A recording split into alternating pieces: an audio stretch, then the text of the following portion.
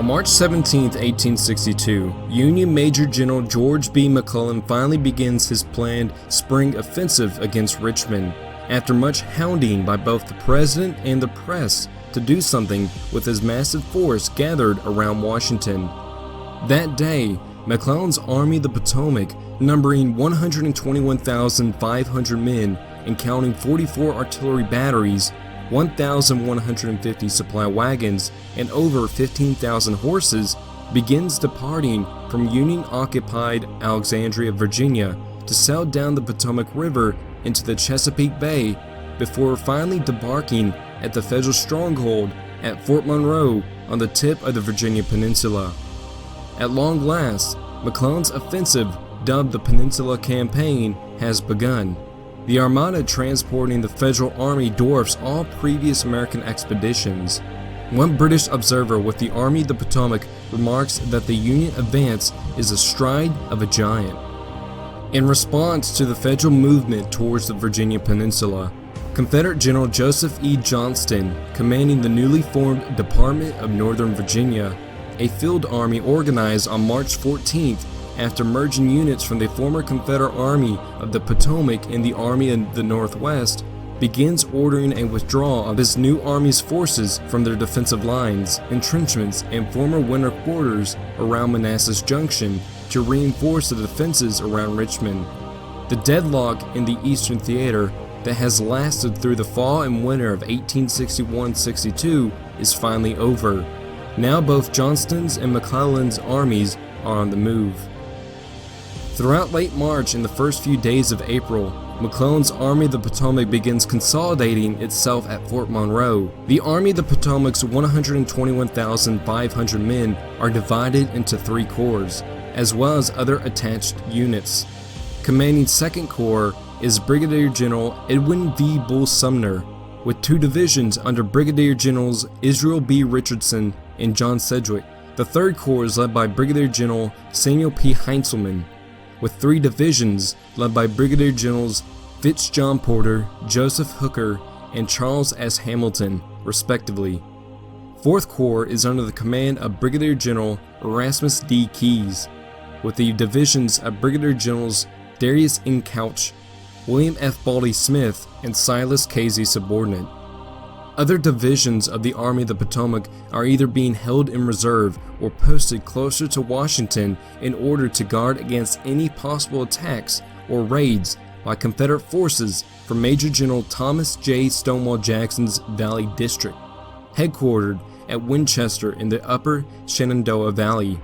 However, after much politicking with the President, McClellan is able to secure Brigadier General William B. Franklin's 1st Division of Major General Irvin McDowell's 1st Corps for the upcoming campaign. Immediately facing McClellan's gigantic army mustering at Fort Monroe is a relatively small Confederate command under Major General John B. Magruder. The Army of the Peninsula, initially numbering only 11,000 to 13,000 men before the arrival of reinforcements from Johnston's army, Magruder's outnumbered army is stretched out along a series of defensive lines and earthwork fortifications dubbed the Warwick Line, as they are spread along the Warwick River and Mulberry Point on the James River from the south, all the way north across the peninsula towards the York River and Yorktown. Yorktown is the site of the famous siege of Yorktown and the subsequent surrender of General Lord Cornwallis's British Army forces in 1781, near the end of the American Revolutionary War.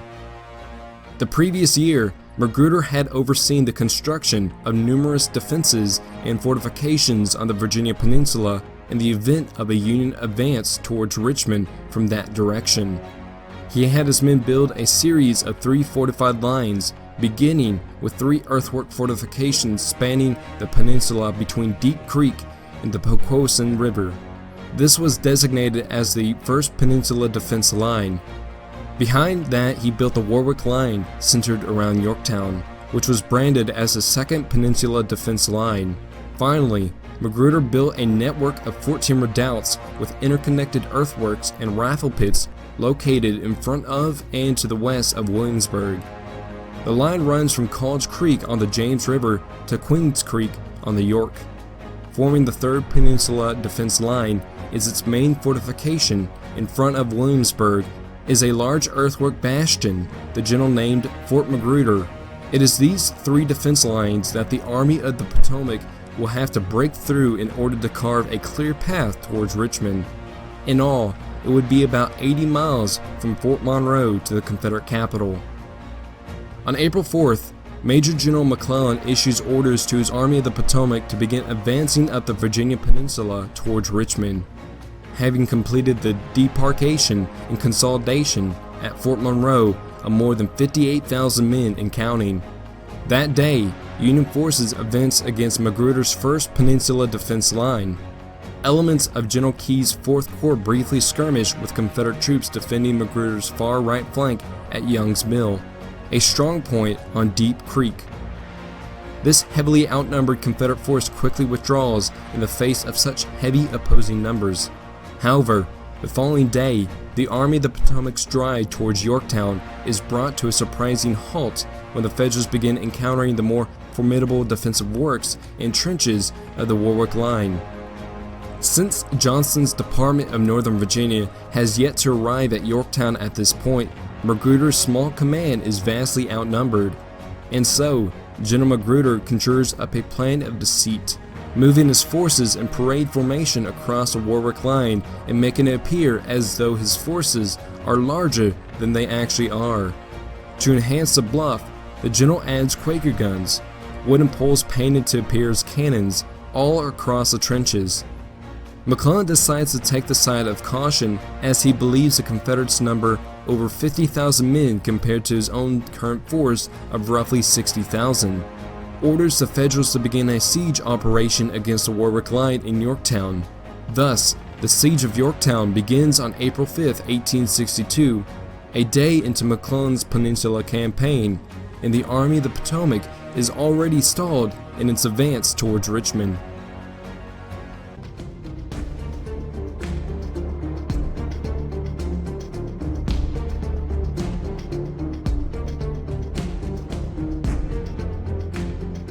Sunday, April 6th, dawn clears and pleasant, and at first light, the observation hot air balloon Intrepid, piloted by Professor Thaddeus C.S. Lowe, the New Hampshire Yankee who heads McClellan's Aeronaut Corps, arises majestically from behind the trees to spy out the Yorktown defenses.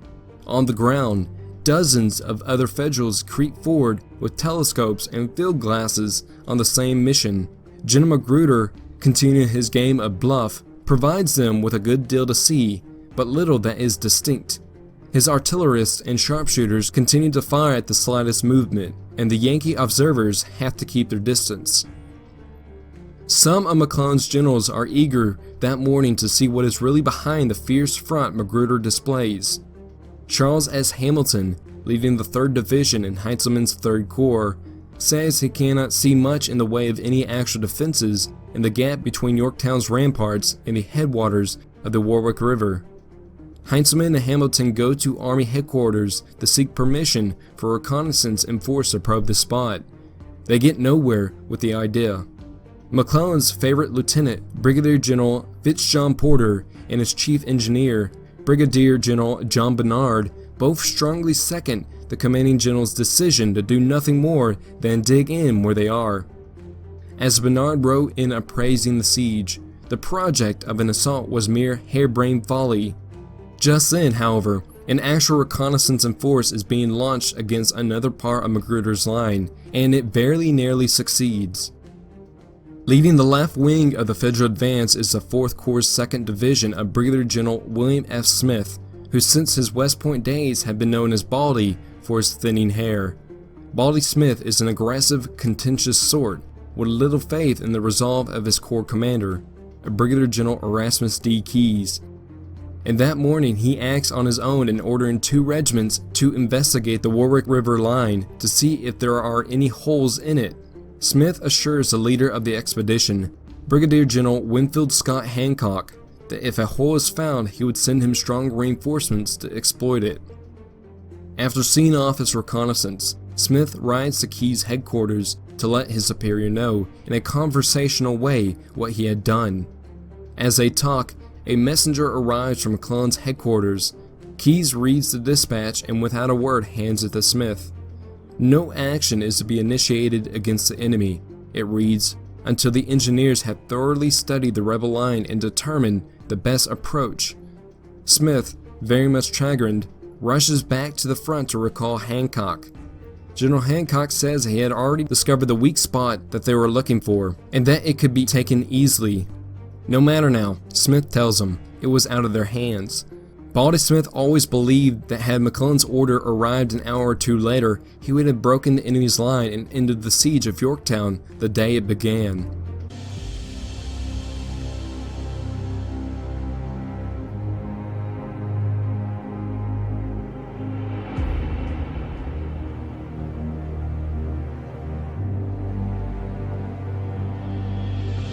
Ironically, this aborted assault furnishes Major General McClellan with the evidence he needs to prove he had done the right thing in putting Yorktown under siege. Hancock comes back with 4 prisoners from the 14th Alabama who were so talkative that it was likely they were members of John Magruder's acting company. Under questioning by one of Alan J. Pinkerton's detectives, the Alabamians reveal that the rebel line on the Warwick is manned by 40,000 men, which could grow in a few days to 100,000. Joe Johnston himself was expected that day along with 8,000 reinforcements. McClellan takes the baited hook. On April 7th, he telegraphs Washington, all the prisoners state that General J.E. Johnston arrived in Yorktown yesterday with strong reinforcements. It seems clear that I shall have the whole force of the enemy on my hands, probably not less than 100,000 men and possibly more. As a result of the government's deductions from his command, my force is possibly less than that of the enemy. To take the offensive now would be fatal. Were I in possession of their entrenchments and assailed by double my numbers, I should have no fears as to the result. Simply to continue the siege, he must have more men and more heavy guns. President Lincoln urges him to break the enemy's line in front of him immediately. The country could not fail to note that the present hesitation to move upon an entrenched enemy is but the story of Manassas repeated. I beg to assure you that I have never written you or spoken to you in greater kindness of feeling than now, but you must act.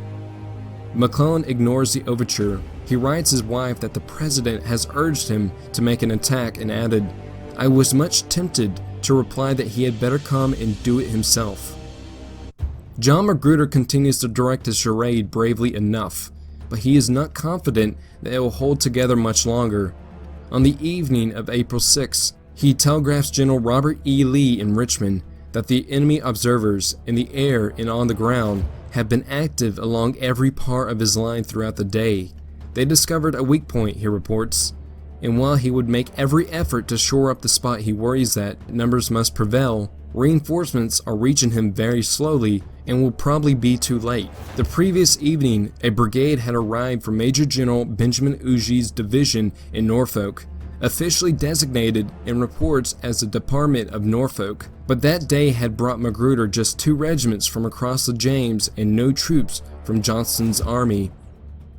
Prince John is not one to display his concerns outwardly. However, in full regalia with staff and escort, he rides his lines from one end to the other, radiating confidence, encouraging his troops, looking every inch the part of commanding general, or more accurately in the circumstances, every inch the part of leading actor. Richmond is almost 60 miles from the scene of conflict at Yorktown, but already there is a palpable sense of crisis in the Confederate capital. Martial law is imposed on the city, the sale of liquor prohibited, and all military furloughs canceled. Additional state militia are called to the colors to supplement the half-dozen militia units already serving with Magruder on the peninsula. The women of Richmond, responding to the appeal from the authorities, stitched together 30,000 sandbags for Yorktown's defenders in 30 hours. The Confederate Congress sitting in the Virginia State Capitol building debate a revolutionary bill to conscript men into the army, and Richmond City Council appropriates funds to bolster the city's defenses. According to the Southern newspaper, the issues building at Yorktown is tremendous, for the stake is enormous, being nothing less than the fate of Virginia. The editor goes so far as to compare the army McClellan is assembling to march on Richmond to the Grand Army Napoleon had assembled to march on Moscow 50 years before.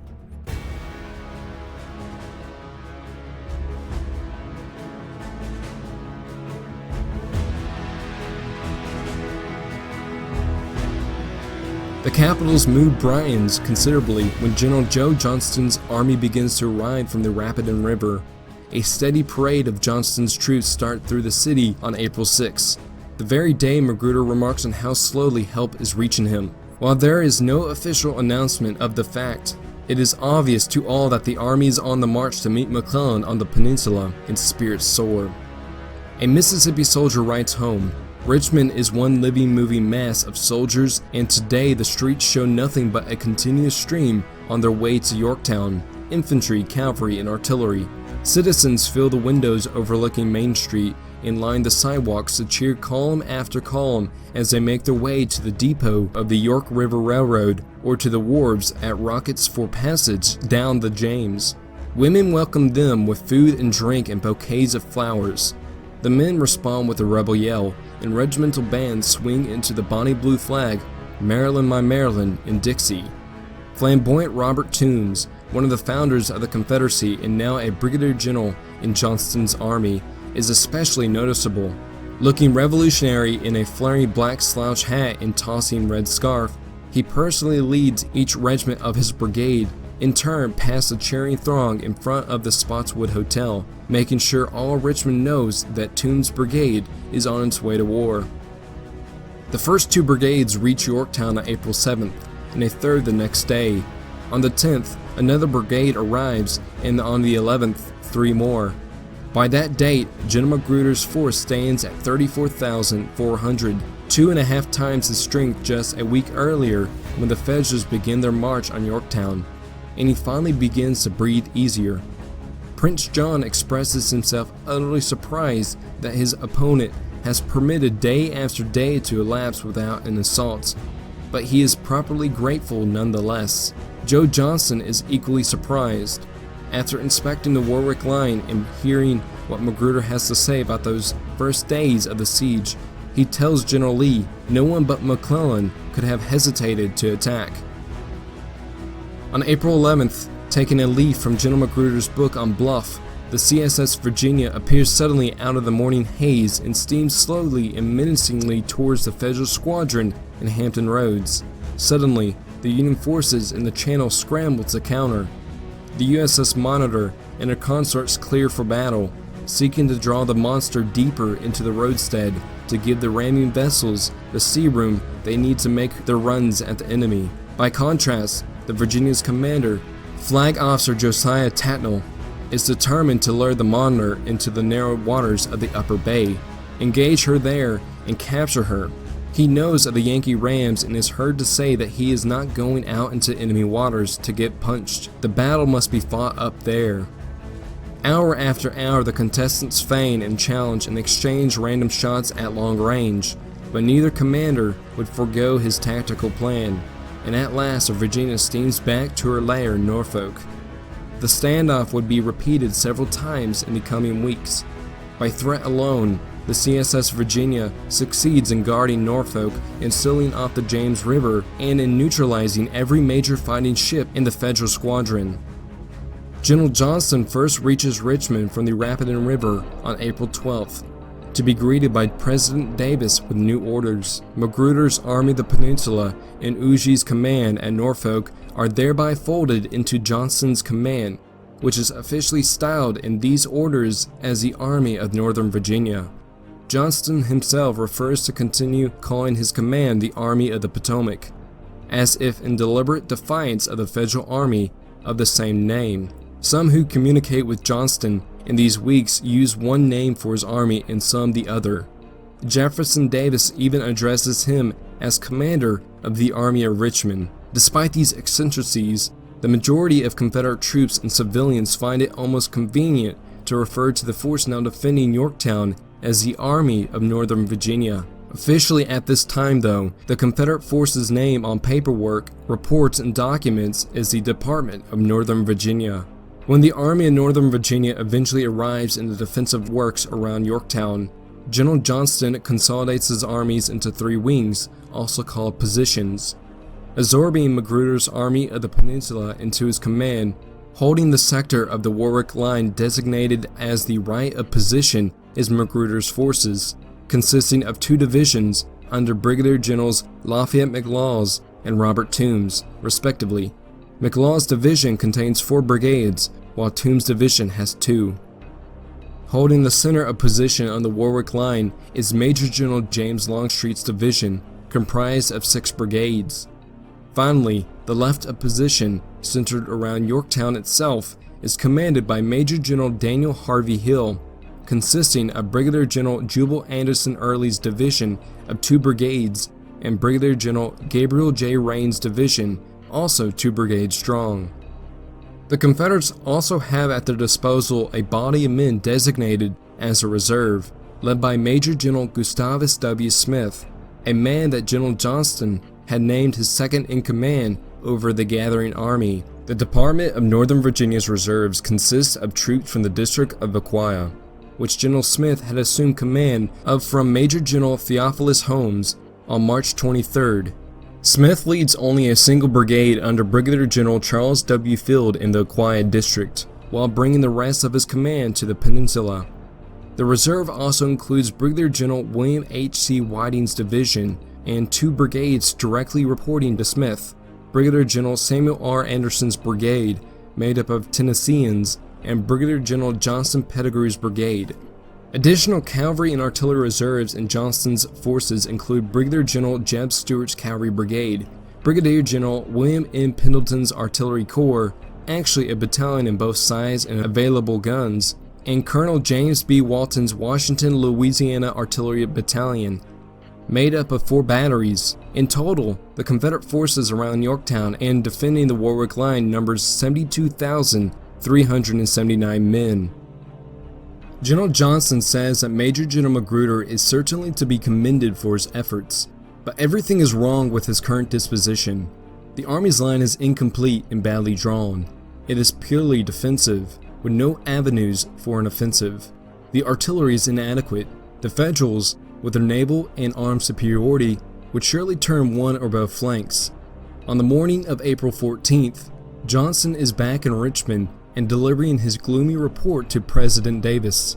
He wants to abandon Yorktown immediately and pull right back to Richmond, the better place to contend against the enemy host. Davis calls together a council of advisors to take up this momentous question. He has General Lee and Secretary of War George W. Randolph join them, while Johnston brings in his 2 senior generals, Gustavus W. Smith and James Longstreet. Inside the President's office in the Confederate White House, from 11 that morning until 1 o'clock the next morning, with only a break for the dinner hour, the 6 of them debate the proper strategy for meeting the invaders. Collectively, they possess a remarkable range of personal knowledge of the general opposing them. Lee had commanded young Lieutenant McClellan in the Corps of Engineers during the Mexican War, and Longstreet too had made his acquaintance in the old army. Joe Johnston had been McClellan's close friend in the decade before the war, and G.W. Smith his closest friend.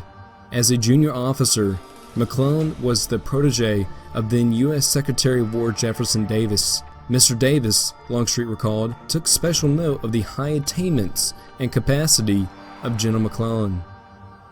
Repeating his arguments for abandoning the Yorktown line, Johnston urges that all the forces from his command and from Magruder's on the peninsula and Hughes's at Norfolk, reinforced by garrison troops from the Carolinas and Georgia, be massed at Richmond for a showdown battle against the invading army. Alternatively, he proposes leaving Magruder to hold Yorktown for as long as he could while the rest of the army marches north to menace Washington and, as Longstreet phrases it, call McClellan to his own capital. Longstreet predicts that McClellan, being a careful-minded military engineer, would not be prepared to assault Magruder before May 1st. Smith adds his support for Johnston's plan and strongly presses for an invasion of the North that would not stop at Washington but go on to Baltimore, Philadelphia, and New York. Randolph and Lee take an opposite tack.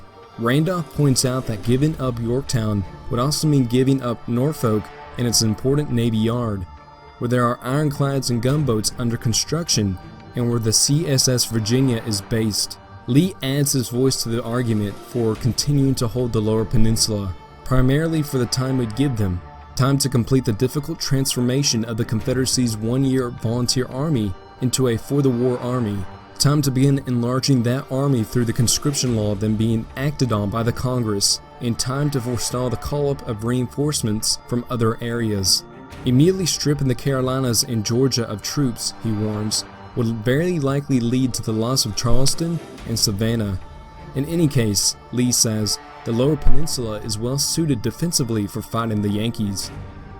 The debate continues hour after hour until all the arguments and all the participants are exhausted, and then Mr. Davis announces his decision. Johnston was to shift the rest of his army, the troops of Smith and Longstreet, to Yorktown and make a stand there for as long as it was practicable to do so. Whatever General McClellan gained on the peninsula, he would have to fight for. Joe Johnston accepts the decision without protest. The siege of Yorktown would continue.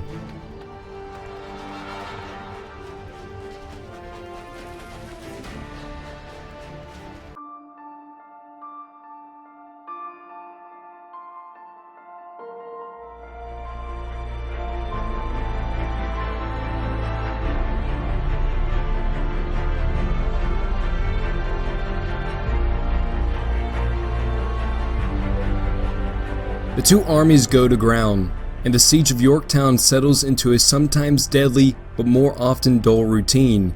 Reinforcements would raise the number of men involved to 169,000, with the Federals enjoying a final superiority of almost exactly 2-1. On the Confederate side, Magruder's redoubts and trenches, including some first dug by Lord Cornwallis's British Redcoats in 1781, are extended and deepened and weak points strengthened, using slave labor impressed from the peninsula's plantations. Starting their fortifications and trench lines from scratch, the Federal troops have the much heavier labor, which is multiplied by McClellan's decision to emplace 111 of the largest siege pieces in the Union arsenal in order to blast his way through Yorktown's defenses. Day after day, at one point or another in the disputed ground in this hugely scarred landscape, there are exchanges between pickets or sharpshooters or artillerymen.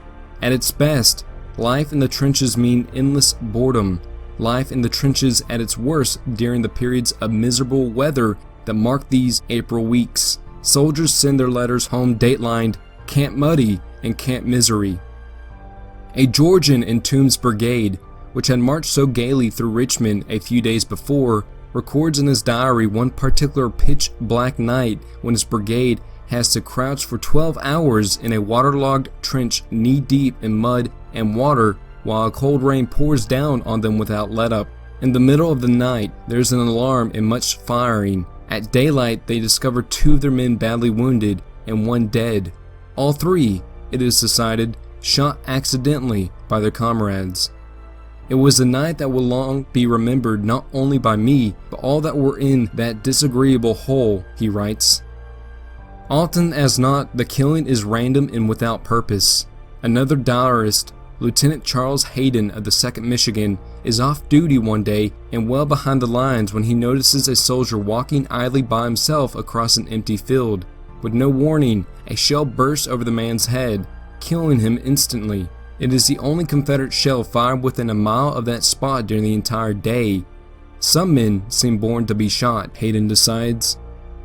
By far the most dangerous siege duty is the advanced picket line, which calls for keeping a close watch on the enemy while at the same time avoiding becoming a sharpshooter's target. Captain William F. Bartlett of the 20th Massachusetts, in command of a company assigned to picket duty every 3rd day, expresses a universal complaint when he calls it very unpleasant duty. No glory in being shot by a picket behind a tree. It is regular Indian fighting. 4 days after writing this, Bartlett has his knee shattered by a sharpshooter's bullet and has to have the leg amputated.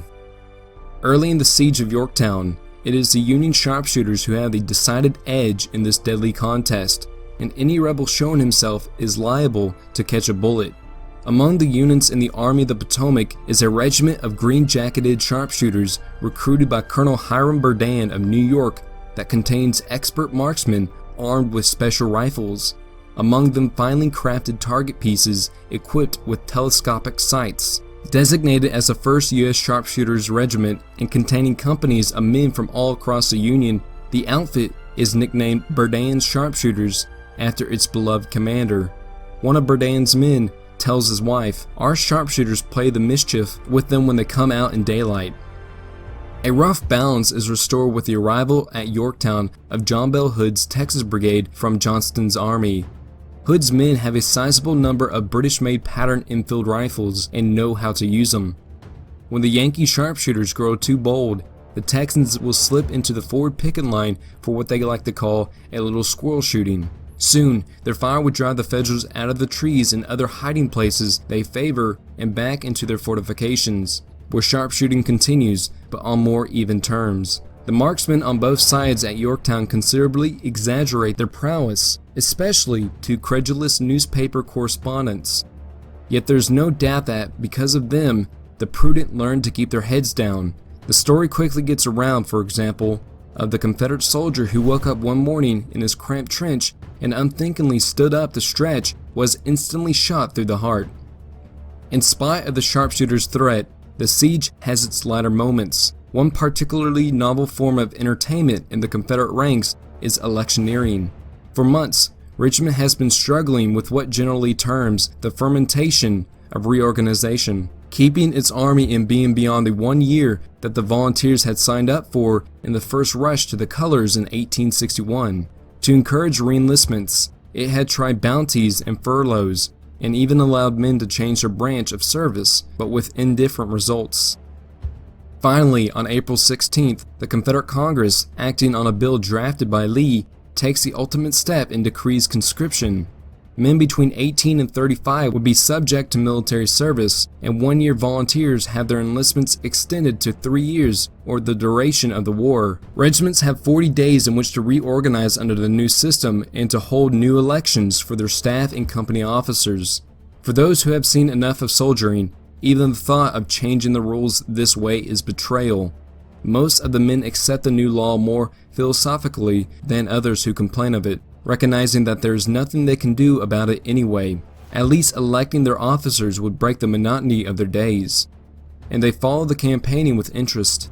Certain candidates find one-time tested electioneering tactic that works as well as in the army as it had back home.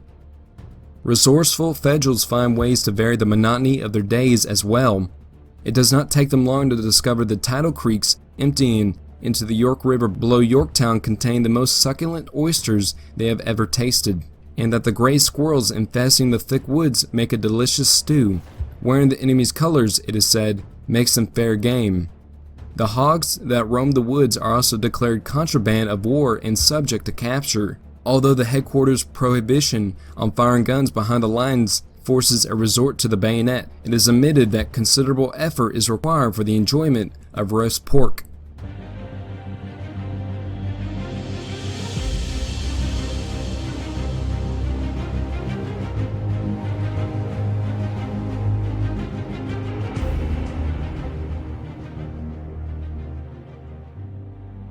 Informal truces, usually arranged when no officers are around, also serve to break the siege routine. These sometimes produce old coincidences. The men of the 2nd Rhode Island discover that the rebel pickets opposite them have haversacks and canteens stenciled 2nd RI that they had picked up when fighting the Rhode Islanders at Manassas 9 months earlier. The men of the 2nd Michigan find that the Georgians posted in their sector are from the same regiment they had faced the previous fall at Munson's Hill near Washington.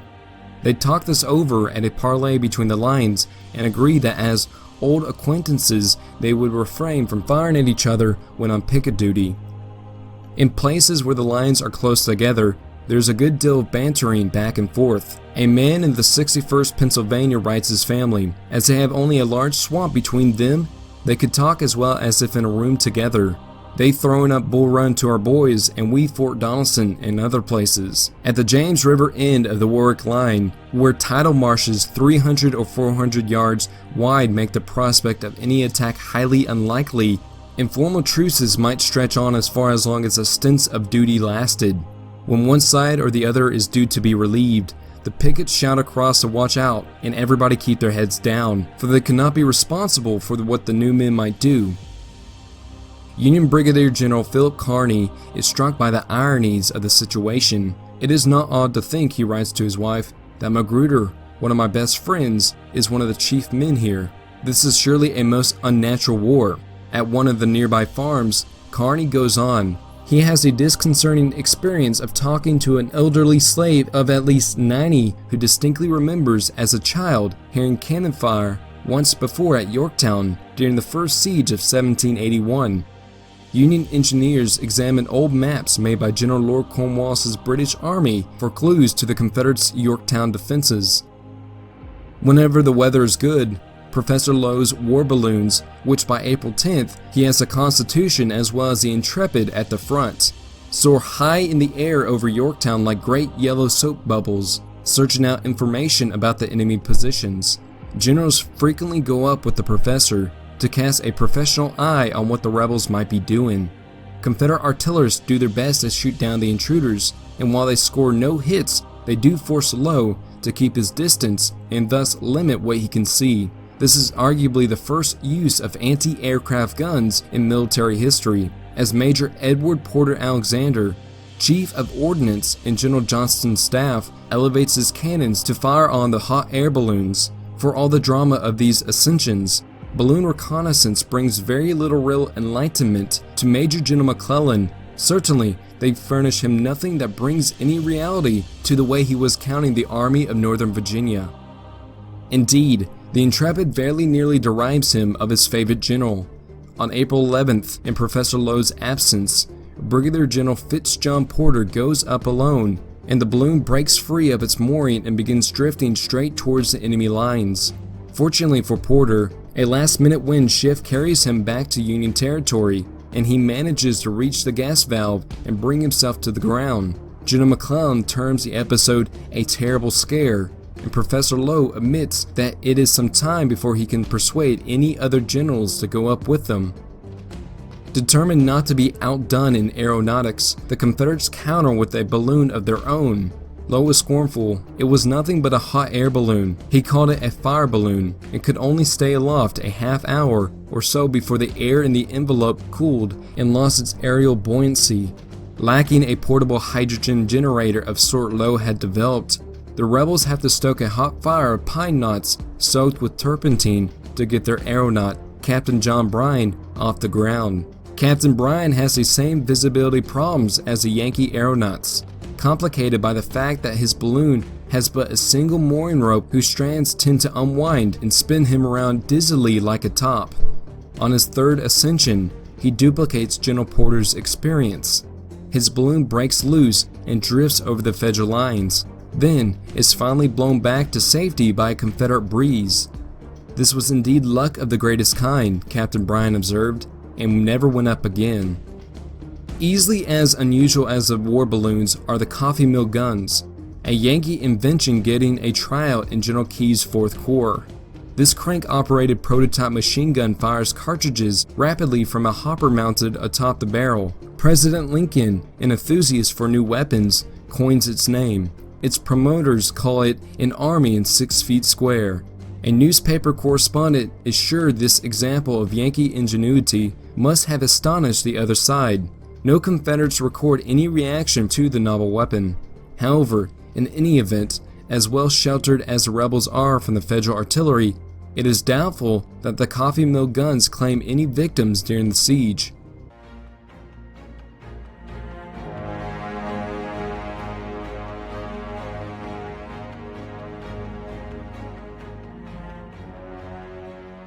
On April 16th, Major General McClellan takes his first aggressive action against the enemy since arriving in front of Yorktown. He orders Brigadier General Baldy Smith to stop the rebels from strengthening their defenses behind the Warwick River at a place called Dam No. 1.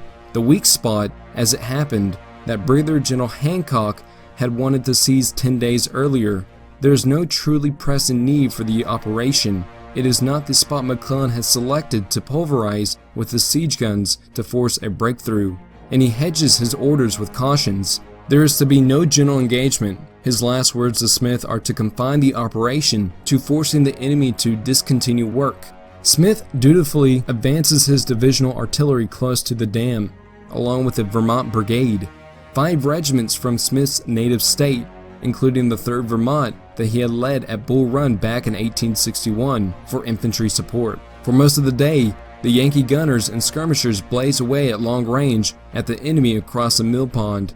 The Confederates prudently take shelter from this barrage, and nothing could be seen of them. An adventurous Yankee lieutenant wades across a waist-deep pond and comes back to report he thought the enemy's works could be taken. 4 companies from General Smith's old regiment, the 3rd Vermont, holding their rifles and cartridge boxes high, splash across the pond on a reconnaissance. As the rebel pickets scatter, the Vermonters rush into the rifle pits on the far bank and open a steady fire into the woods beyond. Having gained this much, no one in the Federal High Command seems to know what to do next.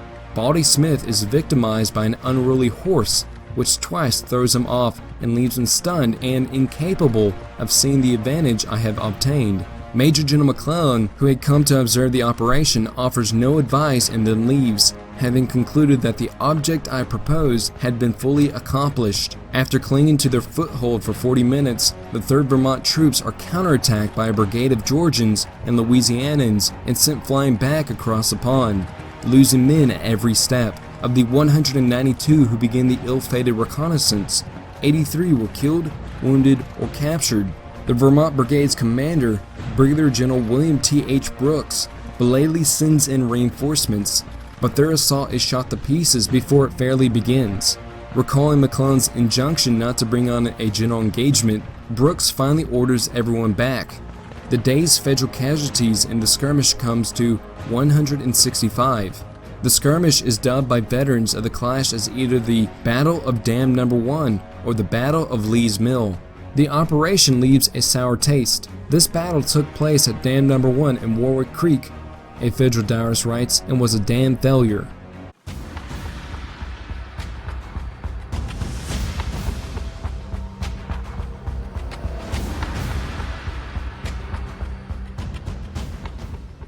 Two weeks into the siege, McClellan already has 100,000 troops under him.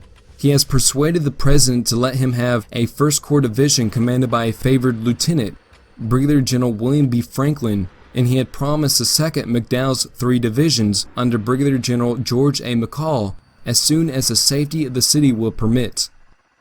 Prospects for naval cooperation are improving. A new ironclad warship, the USS Galena, is slated for his use to break through between Yorktown and the Confederate batteries at Gloucester Point, and then cut the enemy's communications on the York River. Critics are muffled by the release to the press of official estimates of Confederate strength that ranges up to 100,000 men and 500 guns.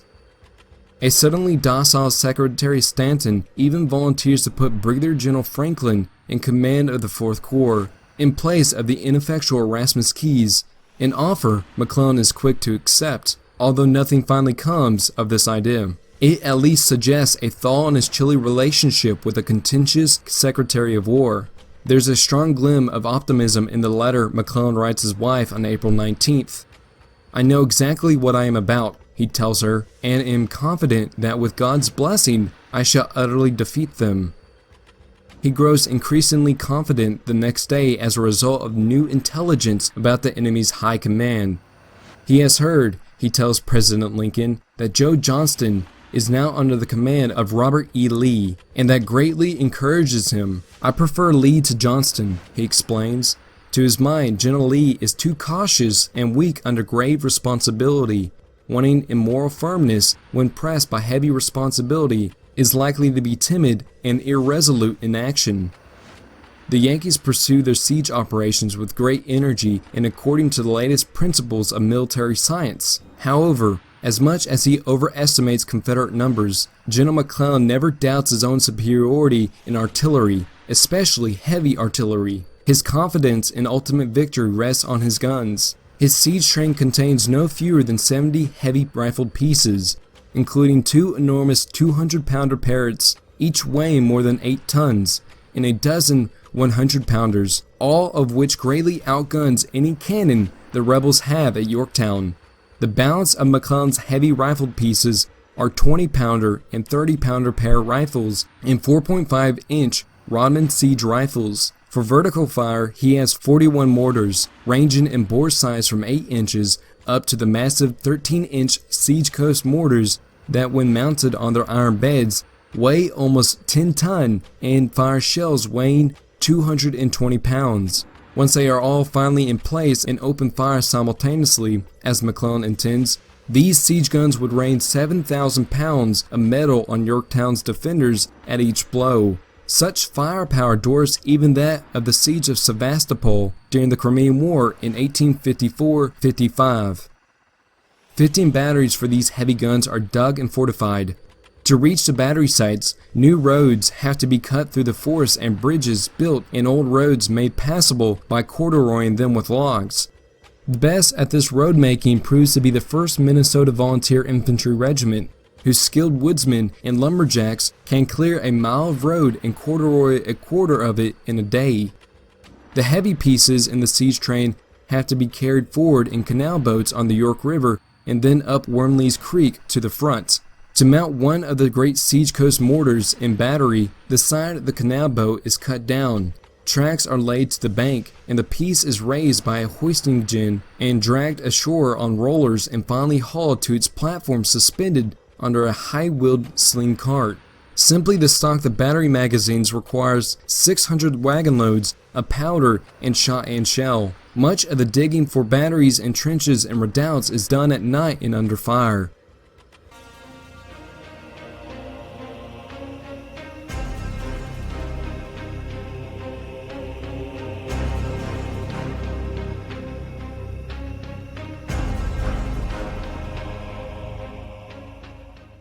The import of all this immense effort is not lost on Joe Johnston. As the siege drags on and the Yankees continue to fire only the field artillery in periodic exchanges, it becomes obvious that McClellan is holding back his big siege guns until all are in place and ready to open simultaneously. Major General D.H. Hill, now in command of the Confederate left at Yorktown and Gloucester Point, observes that with his control of the water, McClellan can multiply his artillery indefinitely, and as his is so superior to ours, the result of such a fight cannot be doubtful. One of his lieutenants, Gabriel J. Rains, predicts that when the enemies open fire, it will be with 300 shells a minute. One day Hill is discussing their prospects with Johnston. General Johnston asks him how long he can hold Yorktown once the Federal siege batteries open fire. "About 2 days, Hill says. "I had supposed about 2 hours, Johnston replies. Scouts and spies report evidence of the rapidly multiplying Federal batteries and sightings of numerous transports entering the York River, suggesting preparations for a drive up the river. It is also reported that the Yankees now have 1 or 2 more iron-cased war vessels in addition to the USS Monitor. To the trained military eye, a certain sign of impending attack is the appearance of parallels, the advanced trench lines from which the final assault would be launched once the siege guns have battered down Yorktown's defenses." On April 27th, General Johnston warns Richmond that the enemy's parallels are well along and he would be compelled to fall back to avoid being trapped in his own lines. On April 29th, he makes it official. The fight for Yorktown, as I said in Richmond, must be one of artillery, in which we cannot win. The result is certain, the time only doubtful. I shall therefore move as soon as can be done conveniently. Once Yorktown and the line of the Warwick are abandoned, Norfolk cannot be held for long. It too must prepare for evacuation. Johnston sends an appeal for the CSS Virginia to come to his aid by attacking the Federal shipping in the York and upsetting McClellan's best laid plans. This idea of a sortie by the Virginia has already caught General Lee's imagination, and he several times urges the Confederate Navy to send the big ironclad by night past Fort Monroe and the cordon of Federal warships to get in among McClellan's transports in the manner of a fox in a henhouse. For Robert E. Lee, a weapon in war is only as good as the use made of it. Flag Officer Tatnall complains that too much was expected of the Virginia. Her fight and march in Hampton Roads, in which her first captain, Franklin Buchanan, was wounded, has raised expectations too high. Tatnall says, "I shall never find in Hampton Roads the opportunity my gallant friend found." The truth of the matter is that the Virginia really is altogether a dubious proposition, unseaworthy except in a flat calm and ponderous to maneuver, inadequately armored, powered by engines that constantly break down. In truth, too, the adventurous spirit that had marked Josiah Tatnall in long ago battles against the Royal Navy and the Barbary pirates has cooled.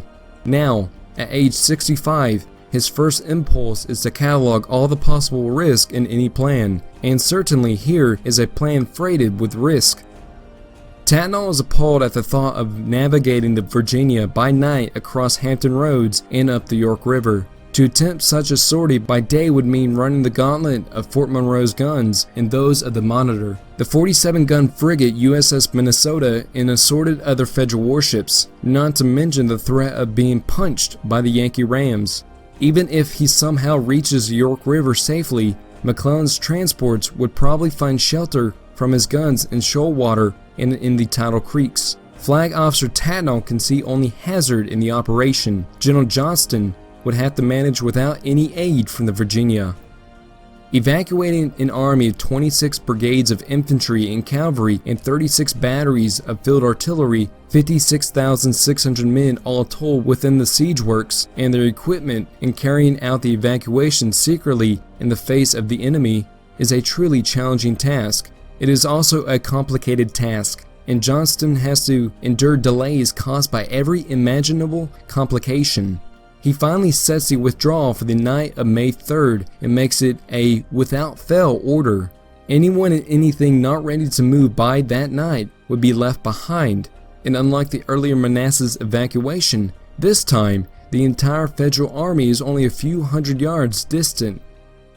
Perfect security proves impossible, and hints of the movement leak out. Northern newspaper correspondent Uriah H. Painter, for example, interviews an escaped slave from Yorktown who had seen the rebel wagon trains pulling out behind the lines. When Painter reports this to Chief of Staff Randolph Marcy, however, he is told it could be not so. Headquarters have positive intelligence the enemy is going to put up a desperate fight at Yorktown. This is indeed the message in most of the intelligence reaching Major General McClellan. On May 2nd, another contraband slave reports the Confederates are 75,000 strong and intending to hold out until 75,000 more men reaches them.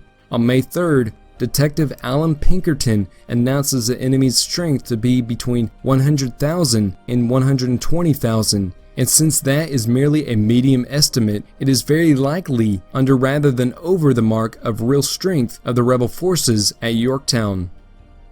McClellan is thus confirmed in another of his intuitive leaps of logic. Just as he had been sure in early April that Magruder would never attempt to hold a line all the way across the peninsula with a mere 15,000 men, he now concludes that with 8 times that number, the enemy would certainly stay and make a showdown fight of it.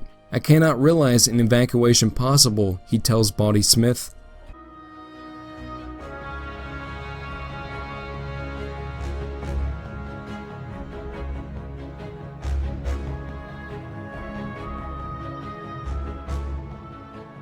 McClellan presses ahead with his plan for the grand assault. The heavy batteries would simultaneously open fire at dawn on Monday, May 5th, the 31st day of the siege. Once the enemy shore batteries are silenced, gunboats and the new ironclad Galena would run past to take Yorktown's defenses in reverse. Brigadier General Franklin's reinforcing division from Washington, held on shipboard for 10 days while McClellan debated what to do with it, is brought to shore to add weight to the attack. After a day or two of unremitting bombardment, or only a few hours, some predict, it is supposed that every gun and fortification between Yorktown and the headwaters of the Warwick would be demolished. Heintzelman's 3rd Corps would then storm the position. "I see the way clear to success, and hope to make it brilliant, although but with little loss of life," McClellan tells President Lincoln. After nightfall on May 3rd, a Saturday, the Confederates opened a tremendous bombardment with their heavy guns. The shells are not directed at any one point, but seem rather to be aimed at random, driving the Yankees to ground everywhere. The burning fuses trace brilliant red arcs across the sky. The surgeon of a New York regiment calls it a magnificent pyrotechnic display. At last, the guns fall silent, and for the first time in a month it is utterly still. At first light, Brigadier General Heintzman goes up in the balloon Intrepid with Professor Lowe. We could not see a gun on the rebel works or a man. The general would write in his diary, their tents were standing and all quiet as a grave. He shouts down that the rebel army is gone. The Yankees on picket duty rush forward and clamber into the empty redoubts, and the color bearer of the 20th Massachusetts lays claim to being the first to plant the stars and stripes over Yorktown. The soldiers gave tremendous cheers, writes the 20th Lieutenant Henry Ropes. It was altogether a glorious occasion. Another Massachusetts soldier, wandering through one of the abandoned rebel camps, is struck by the message scrawled in charcoal across one of the tent walls. He that fights and runs away will live to fight another day, May 3rd. The siege of Yorktown officially ends on May 4th, 1862. Major General McClellan sends a telegram to Secretary of War Edwin M. Stanton declaring, "The success is brilliant, but the month-long effort to invest the famed Revolutionary War battlefield is lost on the men. The Confederates still have an army, and it is rapidly making its way towards Richmond." And so, the lead elements of the Army of the Potomac began moving in hot pursuit to meet the Confederate rear guard under Major General Longstreet at the historic town of Williamsburg.